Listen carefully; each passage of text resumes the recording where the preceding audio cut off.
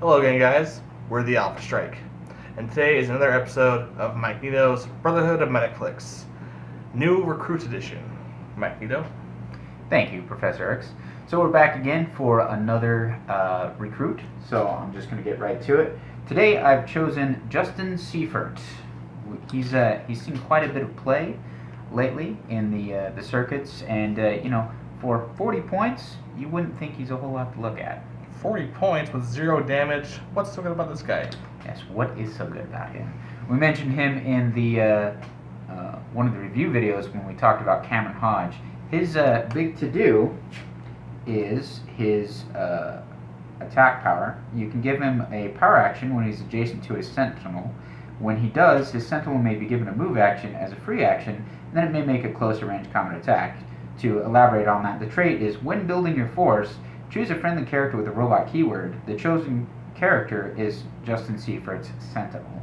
So you basically attach him for 40 points to any other robot character on your team, and then he gets to run his little joystick, give him a free movement action, and then either a close or ranged combat attack as part of that action as a free action if they start next to him. So really, overall, his strength comes from the robot you attach him with, but he's also got outwit, super senses, and stealth just for 40 points. So he can come in, be a decent little outwitter support figure on top of that. That term I've been hearing a lot of players say, that robot figure, put a joystick on him. Is that what they mean? Yeah, that's what that means. He also has a special damage power that picks up 2 clicks in that he can use support, but only to target characters with the robot keyword. And when he does, and the character heals, modify its defense by +2 until your next turn. So after he's run him out there and got him beat up a little bit, you bring him home, he heals him up, and then they have an enhanced defense for a couple turns. So really, and he picks up willpower and sidestep later on.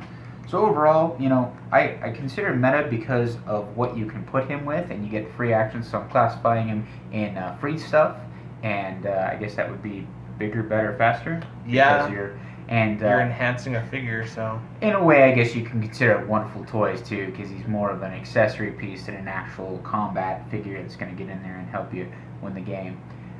When it comes to weaknesses, well, short dial. He's 40 points. Don't expect much there. You got 4 clicks with only stealth and super senses on the first click to protect you. If you push him, you've only got stealth, and there's a lot of stealth busting out there these days. So no hiding. Might be able to hide behind your robot. That's true. But that taken into consideration, very squishy. To make him stronger, well, again, it's going to come down to the robot you place with him. I've seen giant sentinel figures, Nimrod, a lot of talk about running with Krang. Alloy was a big one. Alloy's cool. Then you've got Cameron Hodge. Cameron Hodge is an option. They always, when he first came out, I think one of the Sentinels, I think it was the Captain America Sentinels, one of the bigger ones. Captain America Sentinel, the Days of Future Past Sentinel, all the Sentinels from Days of Future Past. Retired now, but they were really big then. So really watch out for your keywords that are robot and consider what they could do if they did the same thing twice in one turn, or at least 2 attacks, or could move and then attack if they might not be able to, because Seyfert could really make that happen for you. Well, that's pretty spectacular for a 40-point character who's really just, like you said, more of a utility accent for a figure, which is interesting.